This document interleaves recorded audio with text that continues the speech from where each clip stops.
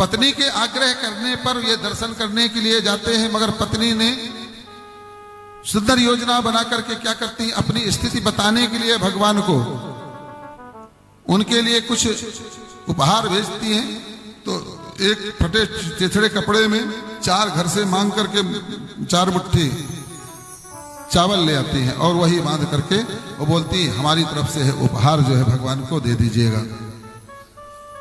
यहां से सुदामा जी उस पोटली को दबा करके लोटा रस्सी लेकर के और जो है कड़ाहू पहन करके अपने चले जा रहे हैं और भगवान का इतना चिंतन मनन करते हुए कि भगवान के आज मैं जो है धाम को जाऊंगा, द्वारकापुरी जाऊंगा, मेरा यार कितने दिनों बाद मुझे मिलेगा, तरह तरह की कल्पनाएं जो है करते हुए चले जा रहे हैं। उनके चिंतन में मार्ग भटक गए, किसी रास्ते से जाना था किसी रास्ते से निकल गए।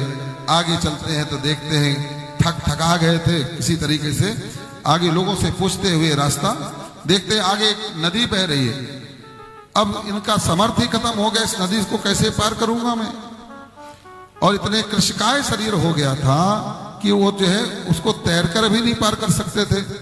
भगवान स्वयं जो है नाविक बन करके आ गए महाराज और कहते भैया कोई है क्या, नदी पार चलना चाहता है। इन्होंने तुरंत कहा हाँ भैया, हाँ नाविक जी, हम चलना चाहते हैं, हम चलना चाहते हैं। तो भैया आ जाओ जल्दी। फिर कहते हैं भैया अच्छा जाओ, रहने दो, हम नहीं जाते। बोले क्यों दादा, बाबा जी क्या हो गया। अरे तो तुम्हें देने के लिए कुछ उतरा ही नहीं है।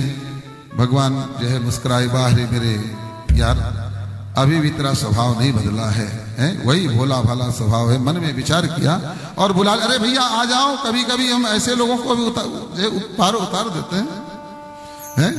तो बैठ गए जो नौका में सुदामा जी। अब नौका में जब बैठे तो गुनगुना रहे थे कुछ मन में। नाविक ने पूछा, बोले बाबा कहाँ जाओगे।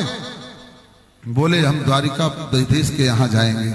अच्छा द्वारिकाधीश के यहाँ जाओगे, द्वारिकाधीश के यहाँ क्यों जाओगे, क्या काम है।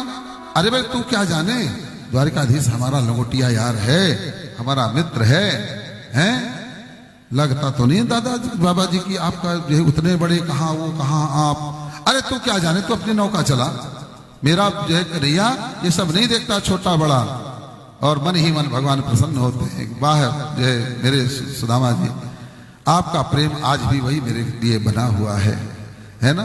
और ऐसा कहकर करते करते उतार दिया पार उतारने के बाद में सुदामा जी पूछते हैं कि भैया कितनी दूर है यहाँ से जो है द्वारिकापुरी। बोले महाराज आपकी स्थिति को देख करके तो लगता है महीना भर लगेगा आपको चलने में। हार करके बैठ गए उसे बालुका में और कहने लगे कन्हैया अब तू जान भैया, तेरा काम जाने, मेरी तो अब हिम्मत नहीं है। कुछ देर के लिए विश्राम में नेत्र लग गए और जैसे नेत्र खुले तो क्या देखते हैं कि चारों तरफ जो है दिव्य अट्टालिकाएं बनी हुई हैं। लोगों से पूछा, बोले भैया ये क्या है। बोले यही तो द्वारिकापुरी है। अरे वो नाविक तो बोल रहा था, मल्लाह बोल रहा था कि जो है 1 महीना लगेंगे। वाह, अतिशय प्रसन्न हुए और पता करते हुए वहां पहुंचते हैं और जाकर के वहां जो उनके द्वारपाल थे वहां जाकर के अपना परिचय देते हैं। और परिचय देकर कहते हैं कि जाओ जाकर के बोलो अपने जो है महाराज से, द्वारकाधीश से कि उनका बचपन का यार सुदामा आया हुआ है।